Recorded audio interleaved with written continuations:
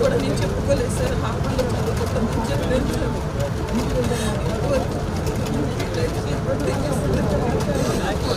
పోలీసులు న్యాయం చేస్తారని చెప్పి ఇప్పుడు ఆయన కూడా నాకు ఇప్పుడు వెళ్ళాడు.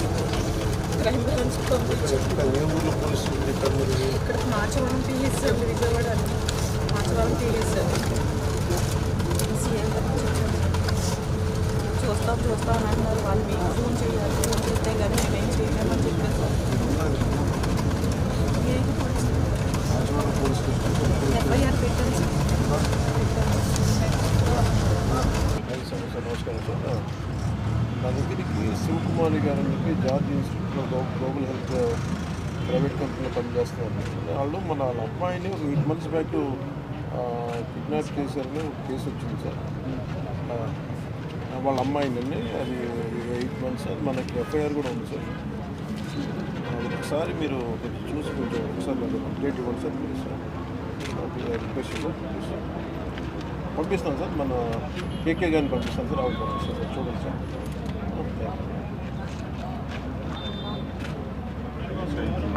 మీరు వెళ్ళండి అమ్మా, ఒకసారి వెళ్ళి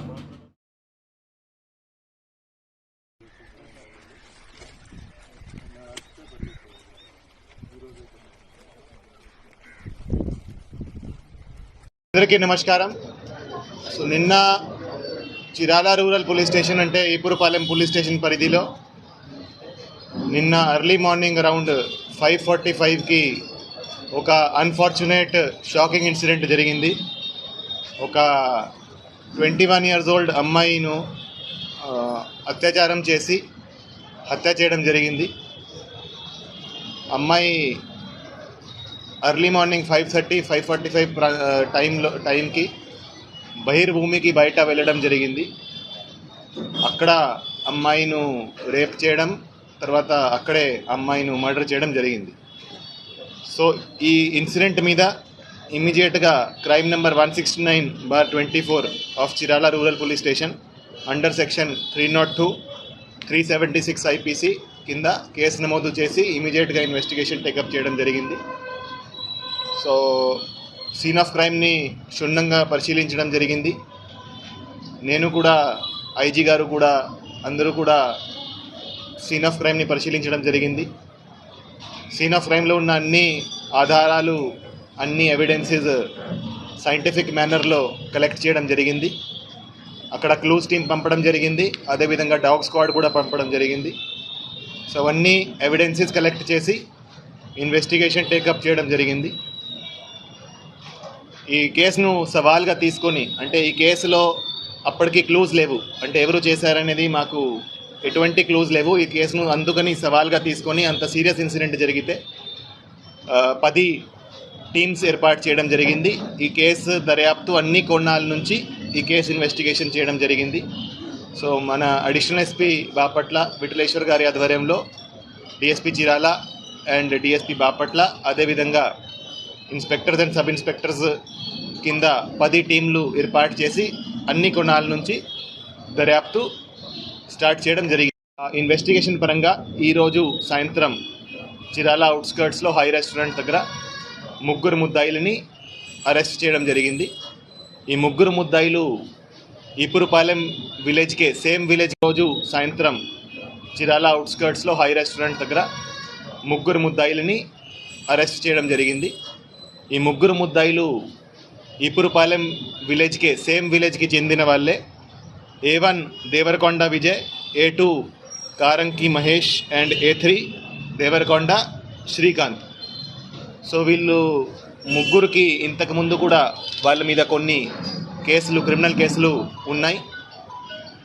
ఎవరైతే A1 and A2 ఉన్నారో వాళ్ళు ఆ రోజు ఎర్లీ మార్నింగ్ అరౌండ్ 5 గంటలకి అదే ప్రాంతంలో, ఆ రైలు పట్టాల దగ్గర మందు తీసుకొని అక్కడ వాళ్ళు డ్రింక్ చేస్తున్నారు. సో వాళ్ళు నార్మల్గా అదే ప్రదేశంలో తరచుగా డ్రింక్ చేయడం జరుగుతూ ఉంది.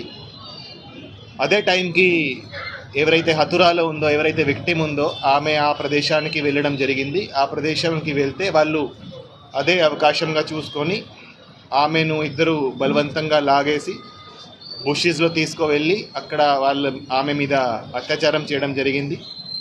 తర్వాత ఆమె నోరు మూసుకొని ఆమె తల మీద రాయితో కొట్టి ఆమెను స్మదరింగ్తో, అంటే ఆమె నోరు ముక్కు మూసుకొని ఆమెను అక్కడ చంపడం జరిగింది. ఇది చేసినాక వాళ్ళు అక్కడ నుంచి పారిపోవడం జరిగింది.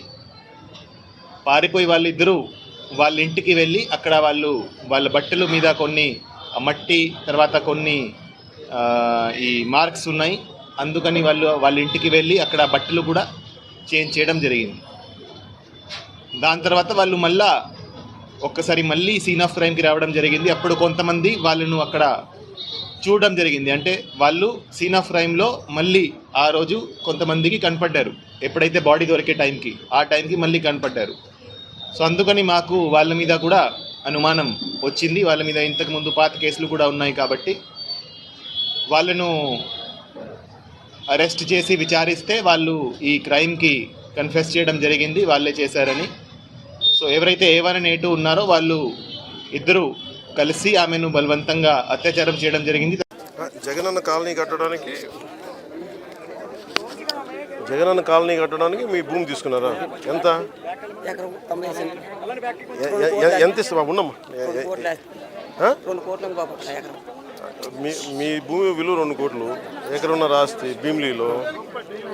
ఏం చేశారు? కడతామని మీరు ఇచ్చేసారు. అలాగే మీరు భూమి ఇచ్చేసారు. ఇవ్వలేదు. కంటే ఒక నోటీషన్ ఇవ్వలేదు, ఏమి ఇవ్వలేదు బాబు. మీకు 2 సార్లు ఇప్పుడు చేశాను. నాకు అర్థమైంది. మీరు మీ భూమి అడిగారా? మీరు ఇచ్చారు? అడగలేదు. అడగంటే దౌర్జన్యం చేసి ఇది గయ్యాలన్నారు బాబు. తీసేసుకున్నారు. తీసుకున్నారు. దౌర్జన్యం తీసేసుకున్నారు. దౌర్జన్యంగా పోలీసులు పెట్టి అరెస్ట్ చేయడం. ముఖ్యమంత్రి శ్రీనివాసరావు ఇదిగో ఎమ్మెల్యే గారు ఇదిగో బాబు ఇక్కడ ఈయన అరెస్ట్ చేయించారు సార్. ఇదిగో అరెస్ట్ చేయించారు. కోరాడు రైతు బరాజులో అడిగాను సార్. రైతు బరాజులో అడిగితే నువ్వు నీ చూడండి సార్, ఇక్కడ పోలీసులు పెట్టి అరెస్ట్ చేశారు సార్. ఎంత దీనికి అడిగాను చూడండి సార్. నన్ను చాలా ఇబ్బంది పెట్టారు సార్. మానసికంగా మీ దగ్గరికి వచ్చాను బాబు. అప్పుడు విజయవాడ అప్పుడు కలిసారన్న వచ్చాను బాబు. అప్పటి నుంచి ఇక్కడ కలమంటారు. ఎక్కడికి వస్తే జైలు పంపించారు. జగనన్న కాలనీ కోసం తన భూమిని తీసుకొని అన్యాయం చేశాను రైతు భరోసా సభలో. సో మళ్ళీ మీ డబ్బులు ఇవ్వాలా? నష్టపరిహారం ఇస్తామని భూమి కొలిసారు. భూమి కొలిసి భూమి పేపర్లు ఇప్పుడు ఎక్కడ ఉన్నాయి మీ దగ్గర? ఉన్నాయి కదా ఇవన్నీ బ్యాంకులో నుంచి ఇచ్చాను బాబు. ఇది 4-5 అదే సబ్ డివిజన్ 90 సెంట్లు. ఇదిగో బాబు జిరాయితీ పట్ట మా తాతలు రాస్తాను అన్నారు, అంటే ఇచ్చారు. గయ్యాలని పెట్టారు బాబు. జిరాయితీ పట్ట గయ్యాలు ఎలాగ వస్తుంది బాబు? ఇదిగో జిరాయితీ పట్ట, వ్యవసాయ భూమి జిరాయితీ పట్ట 28 సెంట్లు 27 సెంట్లు 85 ఇల్లు కడతాడు బాబు. బోర్డు ఇచ్చారు అక్కడ 85 ఇల్లు కడతాడు బాబు. భూమి తీసేసుకున్నారు, ఇల్లు గట్లా ఇల్లేని మాకు ఏమన్నా ఇచ్చారు కదా బాబు. ఏమి ఇస్తామని చెప్పి డబ్బులు ఇస్తామని 2 కోట్లు ఇచ్చేస్తామన్నారు. 2 కోట్లు ఇవ్వలేదు. ఇదిగో పేపర్లో రాయించిన బాబు. తమ దగ్గరికి వచ్చాను మీ దగ్గరికి. ఇదిగో బాబు కలెక్టర్ గారు కూడా రాశాడు. ఆయన రాసినా మరి నచ్చిపెట్టలేదు బాబు. ఎమ్మెల్యే గారు ఆయన పేరు మినిస్టర్ గారు అనంత శ్రీనివాసరావు గారు. అనంత శ్రీనివాసరావు భీమిలి. అనంత శ్రీనివాసరావు అంటే భీమిలి అవంతి శ్రీనివాసరావు. ఆయన దౌర్జన్యం చేసి బాబు అరెస్ట్ చేశారు కదా. చూడండి, ఆయన దౌర్జన్యం కూడా చేస్తారా? దౌర్జన్యం చేశారు బాబు. నా భూమి తీసుకొని దౌర్జన్యం బాబు. ఇదిగో బాబు అరెస్ట్ చేయండి బాబు అన్నారు బాబు. పోలీస్ మన డిపార్ట్మెంట్ని అరెస్ట్ చేయమన్నారు బాబు. చూడండి బాబు. మళ్ళీ చెప్పు. ఒక నిమిషం మళ్ళీ ఒక్కొక్కరు చెప్పండి. జాబ్ నోటిఫికేషన్ ఎన్ని జాబ్? మీరేం అడగరా? మరి ఏం చదువుకున్నారు మీరు? ఒక నిమిషం కాదు, ఏం చదువుకున్నాను? కూర్చో చెప్పు చెప్పు అలా చెప్పు. ఎక్కడ? అక్కడక్కడ చెప్పు. జాబ్ నోటిఫికేషన్ అవును, మీ ఏం జాబ్ రావాలి అని అడుగుతున్నాను. ఇలాగే పోలీసులు అవుదాం అనుకుంటున్నాను. వాళ్ళకే ఉద్యోగ జీతాలు ఇవ్వట్లేదు, పోలీసులు జీతాలు ఇవ్వట్లేదు, సరికి డిఎల్ ఇవ్వట్లేదు. జాబ్ ఎంత కడుతున్నారు రూమ్ రెంట్? ఎక్కడ మీరు? ఏం చదువుకుందామని, అంటే ఏం చేస్తాం? బీటెక్ అయిపోయి ఏ ఉద్యోగం చేద్దామని, ఏ జాబ్ కోసం ప్రయత్నిస్తారు? వాళ్ళు కాలనీలు కూడా అమ్మేస్తున్నారు, పోలీస్ కాలనీలు కూడా అమ్మేస్తున్నారు. వాళ్ళు కుదో పెట్టేస్తున్నారు. జీతాలు ఇవ్వట్లేదు, డిఎల్ ఇవ్వట్లేదు. మొన్న ఎవరు టీచర్లు కూడా ఉద్యోగాలు జీతాలు ఇవ్వట్లేదు కదా. చాలా కష్టమైపోతుందని ఇంటికాడ తల్లిదండ్రులు కష్టపడలేకపోతుందని